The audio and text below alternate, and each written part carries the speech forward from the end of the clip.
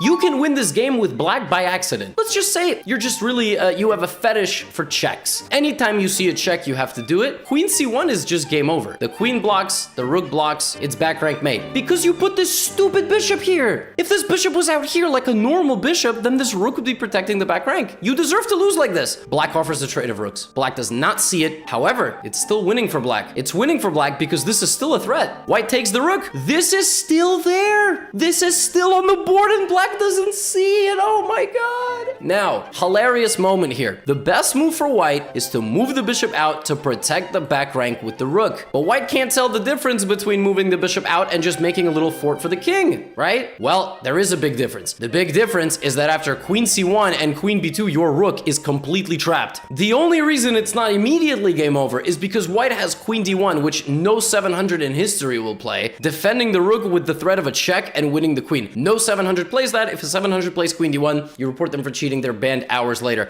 Yeah, you should move the bishop. White absolutely doesn't do that. Now there is two back rank possibilities, and black plays the move queen c6. Now, queen c6 on its own looks incredibly stupid, but when I explain the idea to it, it actually makes sense. Basically, black was like, oh, dang, I had a back ranker, but now he's trying to escape. So I'm gonna go here and cut this off. It actually makes sense. It actually makes sense. But again, at this level, you're just obsessed with these one move attacks. So you're just kind of like, all right, well, queen c6, you know, I'm gonna go rook e1. Is white just gonna let you do it? No, of course not. White's gonna go bishop d3. Now it's game on. Now it is absolutely game on. The rook protects the back rank. Okay, great. Knight c5. I would just move my bishop maybe back here, maybe slide back to c2 to kind of be able to attack this. Very complex, equal endgame. But it only took white one move to go back to being an absolute bozo, as white played the move bishop d3, protecting the back rank, and now rook d1. Rook d1 is a complete illusion of protection. Now, your rook cannot guard up and across at the same time. It just doesn't have that ability. Like, if two people are attacking you from front and back, you can't,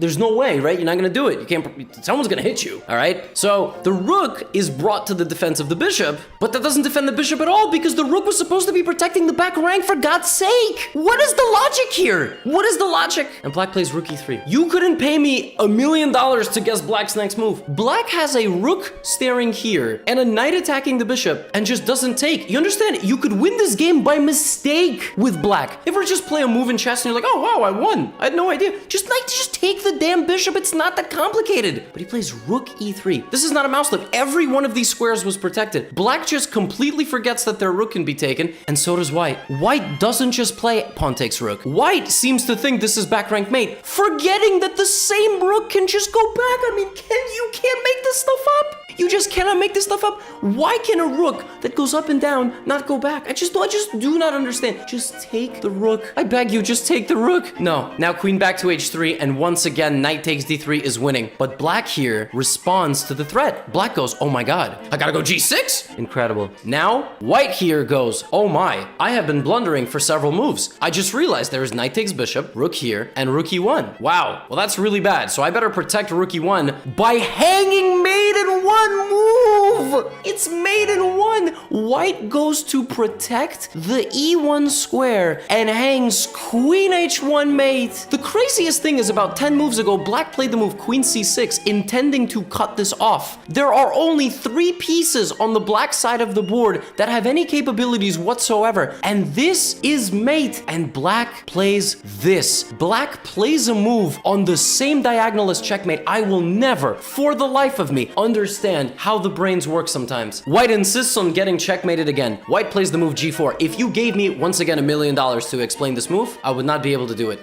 Actually, I might have just earned $1 million. These two attack this, so this protects it. Of course, it also hangs mate.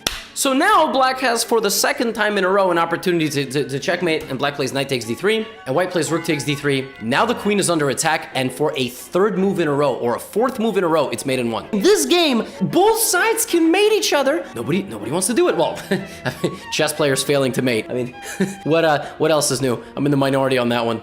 queen takes a2. You travel in the opposite direction. You literally have two paths. One is checkmate in one, and one is winning a pawn, and you go to win the pawn. I mean, this is just incredible stuff. Now, this endgame is actually still very complicated because both sides have pretty weak kings. So at some point, you can create an attack. So b4, all right? That's about the most logical move that white has played in about 20 turns. Queen b1 check does not win the rook because the rook's actually protected. Queen b1, king goes out to g2, queen e1. Okay, white plays rook e3. Now, when you are down in a pawn endgame, you don't trade the pieces. You don't do this. You don't trade your What are you doing? Folks, it's simple math. You have 6 pawns versus 5. You lose. You just lose these endgames. King comes to the middle, 3 on 2. Do the math. 1 pawn will make a queen. You go like this, and that's it. You just make an outside pass pawn. When you are in a position where you are down pawns, don't trade the pieces. Use your queen and rook together. Okay, black doesn't go for the queen trade. It's now a draw by perpetual check, most likely. White plays f4. White doesn't want to lose, draw, win. I don't even know what white wants. Queen b2, king f3. Again, you have the option to go here to protect your pawn. No, we're gonna lose our h2 pawn. Now, it is a draw. It is a draw with queen e8 check, queen e5. That is never in a million years happening. So queen takes a7, queen h3 check, and black very intelligently, look at that, very nice, crawls in and takes 2 pawns. Now black is winning again. Black is winning again because the king actually is safe, and there's just a pass pawn. I mean, the point is that white's king, a king like this in a queen endgame should not be in the middle of the board. King should not be in the middle of the board. King also should avoid the same diagonal as the queen because there are ways to x-ray that king to the same queen. Right now, you're not going to win the king and the queen. You don't have any way to do it. Avoid the same diagonal and avoid the middle. Try to hide the king.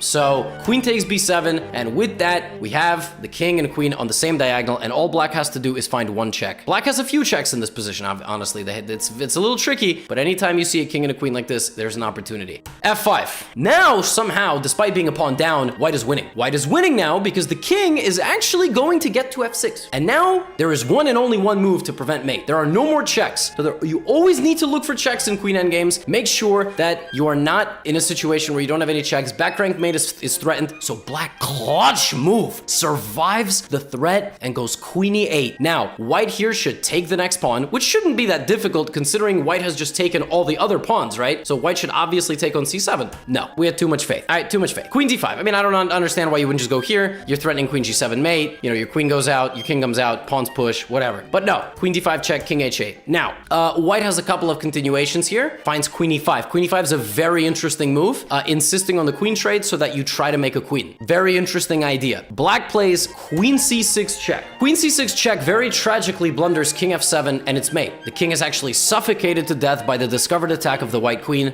but instead of that, white goes for a queen trade because white just is really into that. White just really wants a queen swap. And if black had traded now and pushed the h-pawn, the game is over because this pawn is a decoy for the white king. There's no way to prevent it from just hanging out here and pushing. The black king walks out, and this is basically how the game would be decided, right? Like this. So h5, h4. There's nothing white can do. Black does not realize that. Plays queen takes c3 check. White plays queen e5, and the players repeat moves on the 42nd, 43rd move of the game with queen e6, queen c3, and make a draw. Just kidding. By the miracle of whatever chess gods exist, white accidentally snatches victory from the jaws of defeat. Queen f6, queen takes f6 checkmate, and white wins this absolutely catastrophic game of chess.